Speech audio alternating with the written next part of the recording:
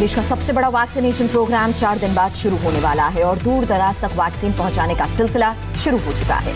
आज सुबह करीब 5 बजे पुणे के सीरम इंस्टीट्यूट से वैक्सीन का पहला कंसाइनमेंट निकल चुका है, जो अब से कुछ देर बाद देश के बड़े शहरों में पहुंचने वाला है। दुनिया का सबसे बड़ा और सबसे चुनौतीपूर्ण टीकाकरण अभियान शुरू होने वाला है और इसके लिए आज सुबह 4 बजे पुणे के सीरम इंस्टीट्यूट से वैक्सीन की पहली खेप अहमदाबाद, दिल्ली और कोलकाता के लिए रवाना हो गई है। यहां से वैक्सीन को जिलों और दूर दराज के इलाकों तक पहुंचाया जाएगा। पुणे के सीरम इंस्टीट्यूट से डीप फ्रीजर वाले ट्रकों में कोविशील्ड वैक्सीन भरकर भेजने का काम शुरू हो चुका है।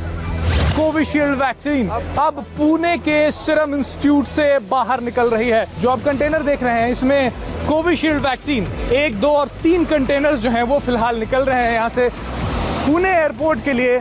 इस पर सीरम इंस्टीट्यूट ऑफ इंडिया लिखा हुआ है। सामने जो ट्रक पर जो सवार हैं शख्स, वो विक्ट्री का साइन दिखा रहे हैं। विक्ट्री का साइन दिखा रहे हैं, और दिखाएं भी क्यों नहीं, क्योंकि कोरोना जिसने पूरे विश्व को परेशान कर रखा था, उससे जीत के लिए ये सबसे अचूक हथियार है। शुरुआत में कोविशील्ड वैक्सीन पुणे से हवाई जहाज से शहरों के बड़े कोल्ड स्टोर में पहुंचेगी। इसके बाद इसे 60 कंसाइनमेंट पॉइंट्स पर भेजा जाएगा। यहीं से जिला वैक्सीन स्टोर तक और फिर प्राइमरी हेल्थ सेंटर तक वैक्सीन भेजी जाएगी। कहाँ लेके जा रहे हैं? एयरपोर्ट लेके जा रहे हैं। हाँ जी, एयरपोर्ट। कितना वैक्सीन है इसमें? कितने वैक्सीन है? 110 है।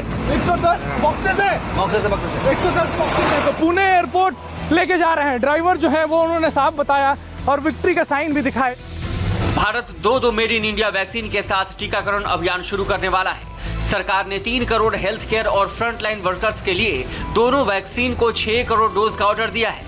इतने वैक्सीन के लिए सरकार दोनों कंपनियों को करीब 1300 करोड़ रुपए का भुगतान करेगी। सूत्रों के मुताबिक भारत बायोटेक को 55 लाख वैक्सीन की डोज का ऑर्डर दिया गया है, जबकि सीरम इंस्टीट्यूट को अभी 1 करोड़ 10 लाख डोज का ऑर्डर दिया गया है। बाकी 4 करोड़ 50 लाख वैक्सीन की डोज अप्रैल मिलेगी।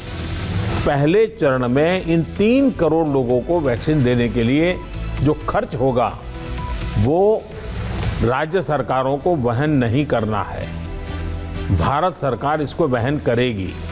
पुणे के सीरम इंस्टीट्यूट ऑफ इंडिया से वैक्सीन लाने ले जाने का सारा काम 4 दिनों में हो जाना है, क्योंकि 16 जनवरी से टीका लगाने का शुभ मुहूर्त पहले ही तय है। 3 करोड़ हेल्थ केयर और फ्रंटलाइन वर्कर्स को टीका लगाने के बाद वैक्सीन प्रोग्राम का स्टेज 2 शुरू होगा। 16 जनवरी से वैक्सीनेशन ड्राइव शुरू होने से पहले प्रधानमंत्री ने राज्यों के मुख्यमंत्रियों से भी बात की। मोदी ने वैक्सीनेशन की तैयारी और कोरोना के हालात जाने और कहा, अगले कुछ महीनों में हमारा लक्ष्य 30 करोड़ लोगों को वैक्सीन लगाने का है। प्रधानमंत्री और मुख्यमंत्रियों के साथ वीडियो कॉन्फ्रेंसिंग के जरिए हुई यह मुलाकात करीब 1 घंटे तक चली। नरेंद्र मोदी ने कहा कि 4 दिन बाद भारत जो करने वाला है उसे दुनिया के कई देश फॉलो करने वाले हैं। उन्होंने ये भी कहा कि जिन लोगों को टीका लगाया जाएगा उन्हें भी कोरोना के नियमों का पालन करना चाहिए। मोदी ने कहा कि देश और दुनिया के शरारती तत्व वैक्सीनेशन प्रोग्राम में रुकावट डालने की कोशिश कर सकते हैं। राज्यों को अफवाहों से सतर्क रहना चाहिए। अफवाहों पर, वैक्सीन से जुड़े अपप्रचार को कोई हवा न मिले, इफ्स और बट्स से बात नहीं होनी चाहिए। देश और दुनिया के अनेक स्वार्थी तत्व हमारे इस अभियान में रुकावट डालने की कोशिश कर सकते हैं। ऐसी हर कोशिश को देश के हर नागरिक तक सही जानकारी पहुंचाकर हमें नाकाम करना है। 30 मुख्यमंत्रियों के साथ वैक्सीन संवाद में नरेंद्र मोदी ने 2 बातों पर फोकस किया। पहली बात, वैक्सीन कैसे दी जाएगी। दूसरी बात, वैक्सीन देने में आने वाली दिक्कतों को कैसे दूर करेंगे। प्रधानमंत्री के ऑर्डर पर 2 तरह की फोर्स तैयार की गई है। एक वैक्सीन देने वाली फोर्स है और दूसरी फोर्स का काम इस अभियान में आने वाली दिक्कतों को दूर करना है। इनमें से पहली फोर्स को वैक्सीन देना भी है और वैक्सीन लेना भी है। इस प्रोसेस में कोई गड़बड़ी न होने पाए, पूरा काम शांति से चले, यह दूसरी फोर्स की जिम्मेदारी है। हमारी कोशिश सबसे पहले उन लोगों तक कोरोना वैक्सीन पहुंचाने की है जो देशवासियों की स्वास्थ्य सुरक्षा में जुटे हुए हैं, जो हमारे हेल्थ वर्कर्स हैं, सरकारी हो या प्राइवेट, पहले उनको टीका लगाया जाएगा। पीएम ने यह भी कहा कि 2 वैक्सीनों के अलावा 4 और वैक्सीन मार्केट में आने की तैयारी में है। जिन 2 वैक्सीन को इमरजेंसी यूज ऑथराइजेशन दिया गया है, वो दोनों ही मेड इन इंडिया है। इतना ही नहीं, 4 और वैक्सीन प्रोग्रेस में है। देश भर में अलग अलग डेस्टिनेशन पर आज से वैक्सीन की डिलीवरी की जा रही है। उत्तर भारत में दिल्ली और करनाल को मिनी हब बनाया गया है, जबकि पूर्वी क्षेत्र में कोलकाता और गुवाहाटी को मिनी हब बनाया गया है। चेन्नई और हैदराबाद से साउथ इंडिया को वैक्सीन पहुंचाई जाएगी। सुप्रीम कोर्ट आज किसान आंदोलन को लेकर कोई बड़ा फैसला सुना सकता है। कल सुनवाई करते हुए सुप्रीम कोर्ट ने केंद्र सरकार के खिलाफ बेहद ही तल्ख टिप्पणी की थी। कृषि कानूनों और किसानों के प्रदर्शन पर सुप्रीम कोर्ट में सोमवार को जो कुछ हुआ, उसके बाद आंदोलन के जल्द खत्म होने की उम्मीद जगी है। कल की सुनवाई के दौरान सुप्रीम कोर्ट ने सरकार पर जिस तरह की तल्ख टिप्पणी की है, उससे केंद्र तो बैकफुट पर है, लेकिन किसान संगठन फ्रंट फुट पर आ गई है। 1.5 महीने से भी ज्यादा वक्त से जारी किसान आंदोलन के दौरान सरकार और किसान संगठनों के बीच 8 दौर की बातचीत हो चुकी है, लेकिन गतिरोध खत्म नहीं हुआ। इसी से नाराज सुप्रीम कोर्ट ने सोमवार को कड़ी टिप्पणी करने के साथ ही कई सवाल किए।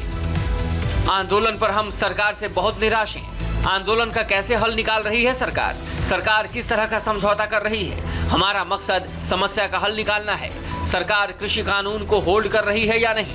सरकार कानून को होल्ड नहीं करेगी तो हम कर देंगे। हम विशेषज्ञों की कमेटी बनाना चाहते हैं। कमेटी की रिपोर्ट आने तक कानून पर रोक लगाना चाहते हैं। किसी संगठन के प्रदर्शन के खिलाफ आदेश नहीं देंगे और हम किसी को प्रदर्शन करने से रोक नहीं सकते। मगर इस जजमेंट का शुरू में जो सरकार का जो फेलियर है, नाकामियां भी है, उसको जो आलोचना किया, ये सीधा मोदी का फेलियर के इंगित करता है। प्रधानमंत्री फेल हो गया, सपोर्ट कर नहीं पाया, समाधान नहीं कर पाया। सर, जहाँ तक किसान आंदोलन का प्रश्न है, किसान आंदोलन के परिणाम स्वरूप सरकार के लिए जो कुछ करने योग्य था, वो सरकार ने चर्चा के माध्यम से भी किया। सुप्रीम कोर्ट की टिप्पणी के बाद कांग्रेस ने सरकार को घेरते हुए जोरदार वार किया। मोदी जी, अब भी समय है कि जाग जाइए। अब तो सुप्रीम कोर्ट ने भी लताड़ लगा दी, आपकी नाकामी पर मोहर लगा दी, वार्ता की विफलता पर निराशा जता दी। प्रधानमंत्री नरेंद्र मोदी जी को सामने आकर इस देश से माफी मांगनी चाहिए। अब आज सुप्रीम कोर्ट मसले पर फैसला सुना सकता है। हालांकि सरकार ने अदालत से गुजारिश की है कि 15 जनवरी को किसानों से अगले राउंड की बातचीत है। तब तक सरकार ने किसी तरह का फैसला देने से रुकने की गुजारिश की है। कोलकाता की सड़कों पर आज उत्तराधिकारी बनाम अधिकारी की जंग देखने को मिलेगी। आज जहां ममता के भतीजे अभिषेक बनर्जी रोड शो करेंगे, वहीं ममता के बागी शुभेंदु अधिकारी भी कोलकाता में अपनी ताकत दिखाएंगे। बंगाल में आज स्वामी विवेकानंद जयंती के मौके पर उनकी विरासत को लेकर जबरदस्त सियासत देखने को मिलने वाली है। युवा दिवस पर टीएमसी सांसद और पार्टी में ममता के उत्तराधिकारी माने जा रहे अभिषेक बनर्जी आज कोलकाता में पदयात्रा करेंगे, तो वहीं ममता के बागी शुभेंदु अधिकारी भी बीजेपी के झंडे के साथ कोलकाता की सड़कों पर उतरेंगे। युवा दिवस पर शुभेंदु अधिकारी की पदयात्रा सुबह 10 बजे निकलेगी। पदयात्रा श्याम बाजार क्रॉसिंग से निकलकर शिमला स्ट्रीट तक जाएगी। शुभेंदु के अलावा बंगाल बीजेपी अध्यक्ष दिलीप घोष भी शामिल होंगे। वहीं अभिषेक बनर्जी की पदयात्रा दोपहर 1:30 बजे शुरू होगी। अभिषेक की पदयात्रा दक्षिण कोलकाता के गोल पार्क से शुरू होकर हाजरा क्रॉसिंग तक जाएगी। जाहिर है, स्वामी विवेकानंद की जयंती पर पदयात्रा के माध्यम से दोनों अपनी अपनी ताकत दिखाने की कोशिश करेंगे, लेकिन उससे पहले ही बंगाल की सियासत विवेकानंद के साथी ट्रंप को लेकर भी गर्म है।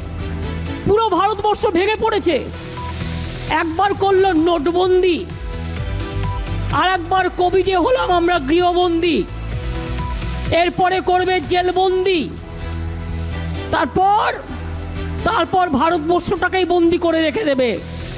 যেমন ট্রাম্প করছে দেখছেন না, হেরে গিয়েও বলছে না আমি জিতেছি, तो ওরাও তাই হেরে গিয়েও বলে না আমি জিতেছি, हम जीता है। उनके मन में जो भाव है ना, हमेशा उनके व्यवहार में ट्रम्प जैसा एक एडमेंट भाव है, तानाशाही भाव है, जो लोकतंत्र को नहीं मानते। उनके पार्टी के अंदर भी लोकतंत्र नहीं है, लोग भाग रहे हैं छोड़ कर, और राज्य में भी लोकतंत्र का नामो निशान नहीं है, कानून व्यवस्था का भी नामो निशान नहीं है। इसलिए ये बात मैंने पहले उठाई थी। आज डोनाल्ड ट्रम्प जिस प्रकार व्यवहार कर रहे हैं, ममता बनर्जी जैसा तानाशाह हार जाएंगे तो वो नवान्न नहीं छोड़ेंगे। इसके पहले उन्होंने विधानसभा के अंदर आक्रमण करके वहाँ का चेयर टेबल तोड़े थे, इसलिए फाइन भरना पड़ा था। ये तो ममता बनर्जी के व्यवहार से लोगों को लग रहा है कि इस प्रकार कर सकते हैं, नवान्न छोड़ने के लिए तैयार नहीं होंगे लोग अगर उनको चुनाव में हरा भी दे तो। देश में बर्ड फ्लू फैलता जा रहा है और अब तक 10 राज्यों के पक्षियों में बर्ड फ्लू का वायरस रिपोर्ट हो चुका है। सोमवार को दिल्ली, महाराष्ट्र और उत्तराखंड में भी बर्ड फ्लू के केस कंफर्म हुए। हर गुजरते दिन के साथ ही देश में बर्ड फ्लू का खतरा बढ़ता जा रहा है। 10 राज्यों में बर्ड फ्लू की दस्तक के बाद प्रधानमंत्री मोदी ने सभी राज्यों को अलर्ट पर रहने को कहा है। साथ ही चिड़ियाघर, पोल्ट्री फार्म और झीलों के आसपास सख्त निगरानी रखने को कहा गया है। मुख्यमंत्रियों के साथ मीटिंग में पीएम मोदी ने कहा कि बर्ड फ्लू को लेकर फैल रही अफवाहों से लोगों को सावधान रहने की जरूरत है। बर्ड फ्लू को लेकर लोगों में अफवाहें न फैलें, इसे भी हमें देखना होगा। मुझे पूरा विश्वास है कि हमारे एकजुट प्रयास हर चुनौती से देश को बाहर निकालेगा।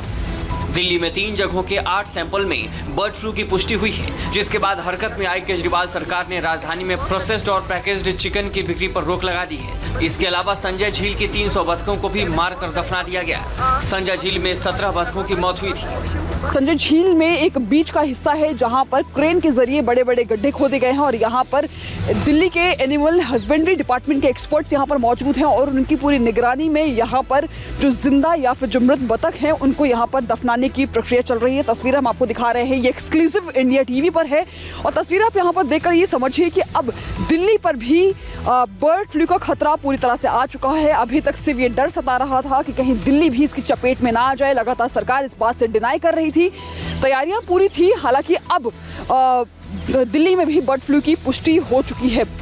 महाराष्ट्र में अब तक 5 जिलों में बर्ड फ्लू की पुष्टि हो चुकी है। मुंबई के अलावा परभणी, ठाणे, बीड और रत्नागिरी में बर्ड फ्लू कंफर्म हुआ है। जिन इलाकों में बर्ड फ्लू वायरस मिला है उन इलाकों में 10 किलोमीटर के दायरे में चिकन और अंडे की बिक्री पर पाबंदी लगा दी गई है। इसके साथ ही 2 किलोमीटर के दायरे में आने वाले सभी पोल्ट्री फार्म से अपना स्टॉक नष्ट करने को कहा गया है। ठाणे वेस्ट का ये वो इलाका है जहां पर 16 बगुओं की जो बगुले हैं उनकी लाशें यहां पर मिली थी और ये एक रेसिडेंशियल इलाका है, यहाँ पर रहवासी इलाका है। आसपास के लोगों को अब जाकर पता चला है कि बर्ड फ्लू की पुष्टि हुई, जिसके चलते उनको और आसपास के लोगों को भी अलर्ट पर रख दिया गया है। बर्ड फ्लू के बढ़ते खतरे को देखते हुए सरकार की तरफ से कहा गया है कि लोगों को बर्ड फ्लू से घबराने की बिल्कुल जरूरत नहीं है। विश्व पशु संगठन के मुताबिक बर्ड फ्लू का वायरस इंसानों में संक्रमित नहीं होता। विश्व पशु संगठन OI के अनुसार ये कभी पक्षी से मनुष्य में नहीं आया। आप इस पर एहतियात बदलें। राजस्थान में अब तक 13 जिलों में बर्ड फ्लू की पुष्टि हो चुकी है। जयपुर के चिड़ियाघर में कॉमन डक और ब्लैक स्टॉक की मौत के बाद बर्ड फ्लू का वायरस पहुंचने का डर है। एहतियाती तौर पर जू को बंद कर दिया गया है। और अब एक दर्दनाक खबर, केंद्रीय आयुष मंत्री श्रीपद नायक की कार हादसे का शिकार हो गई, जिसमें उनकी पत्नी की मौत हो गई। हादसा कर्नाटक में हुआ। श्रीपद नायक को अब गोवा के अस्पताल में लाया गया है। अब उनकी हालत स्थिर बताई जा रही है। श्रीपद नाइक और उनका परिवार SUV से कर्नाटक में एक धर्मस्थल से गोवा लौट रहा था। उत्तर कन्नड़ जिले में अंकोला के पास उनकी गाड़ी हादसे की शिकार हो गई। NH 66 से उनकी गाड़ी गोकर्ण के लिए शॉर्टकट लेने के चक्कर में पतली सड़क पर उतर गई थी। बताया जा रहा है कि सड़क की स्थिति बहुत खराब थी, गाड़ी की स्पीड भी ज्यादा थी, जिससे ड्राइवर का गाड़ी पर कंट्रोल छूट गया। सिर पर गंभीर चोट लगने से श्रीपद नाइक की पत्नी विजया की मौत हो गई, जबकि उनके निजी सहायक की भी मौत अस्पताल में हुई। वहीं अंकोला में फर्स्ट एड के बाद श्रीपद नाइक को गोवा मेडिकल कॉलेज में शिफ्ट कर दिया गया है। हादसे पर रक्षा मंत्री राजनाथ सिंह ने ट्विटर पर लिखा, श्रीपद नाइक के सड़क दुर्घटना में घायल होने के समाचार से मैं स्तब्ध और अत्यंत दुखी हूं। गोवा के मुख्यमंत्री प्रमोद सावंत से मेरी बातचीत हुई है। श्रीपद जी के इलाज का समुचित प्रबंध राज्य सरकार कर रही है। ईश्वर से प्रार्थना है कि श्रीपद जी जल्द स्वस्थ हों। प्रधानमंत्री नरेंद्र मोदी के साथ साथ कई मंत्री गोवा के मुख्यमंत्री प्रमोद सावंत के संपर्क में हैं और नाइक की हालत में सुधार का अपडेट ले रहे हैं। यूपी के अस्पतालों पर विवादित टिप्पणी करना आम आदमी पार्टी के दिल्ली के विधायक सोमनाथ भारती को महंगा पड़ा। विवादित टिप्पणी की वजह से पहले उनके साथ स्याही कांड हुआ, फिर उन्हें जेल भेज दिया गया। और ये कह दो, ये सब करने से कुछ ना होने वाला। योगी तो जाएगा, लिखवा लो मुझसे। आम आदमी पार्टी के विधायक सोमनाथ भारती की पुलिस अफसर के साथ तीखी बहस हो रही थी। सोमनाथ भारती यूपी के सीएम योगी आदित्यनाथ को लेकर टिप्पणी कर रहे थे, तभी भीड़ में मौजूद एक शख्स ने उन पर स्याही फेंक दी। एगो कह दो, ये सब करने से कुछ ना होने वाला। योगी तो जाएगा, लिखवा लो मुझसे। कहीं नहीं जाएगा, कहीं नहीं जाएगा। यूपी पुलिस रायबरेली के गेस्ट हाउस में सोमनाथ भारती को यूपी के अस्पतालों पर विवादित टिप्पणी करने के आरोप में गिरफ्तार करने पहुंची थी। इसी दौरान पुलिस के साथ बहस के बीच उन पर स्याही फेंक दी गई। पुलिस ने बिना देर किए स्याही फेंकने वाले को पकड़कर उसे अपने साथ ले गई। कहीं नहीं जाएगा, कहीं नहीं जाएगा।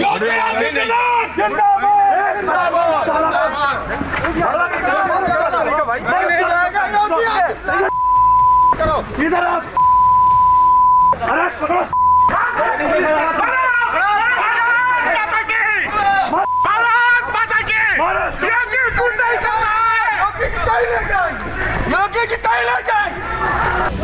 स्याही कांड के बाद सोमनाथ भारती का गुस्सा पुलिस पर फूटा।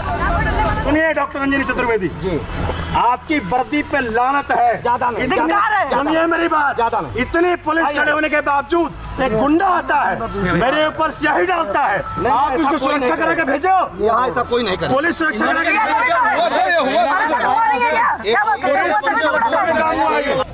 हालांकि सोमनाथ भारती के धौंस का कोई असर नहीं हुआ। पुलिस उन्हें गिरफ्तार कर अमेठी ले गई, जहां सुल्तानपुर कोर्ट ने उन्हें 14 दिन की न्यायिक हिरासत में भेज दिया। महाराष्ट्र के वाशिम जिले में रेप की सनसनीखेज वारदात सामने आई। यहां चलती बस में रेप हुआ। रेप की दूसरी वारदात मध्य प्रदेश के सीधी जिले में हुई है और यहां पीड़ित महिला के साथ निर्भया जैसी दरिंदगी की गई। मध्य प्रदेश से लेकर महाराष्ट्र तक रेप की 2 वारदातों से सनसनी फैल गई। दोनों वारदातों में आरोपियों ने पीड़ित के साथ ऐसी दरिंदगी दिखाई जिसे सुनकर इंसानियत शर्मसार हो जाए।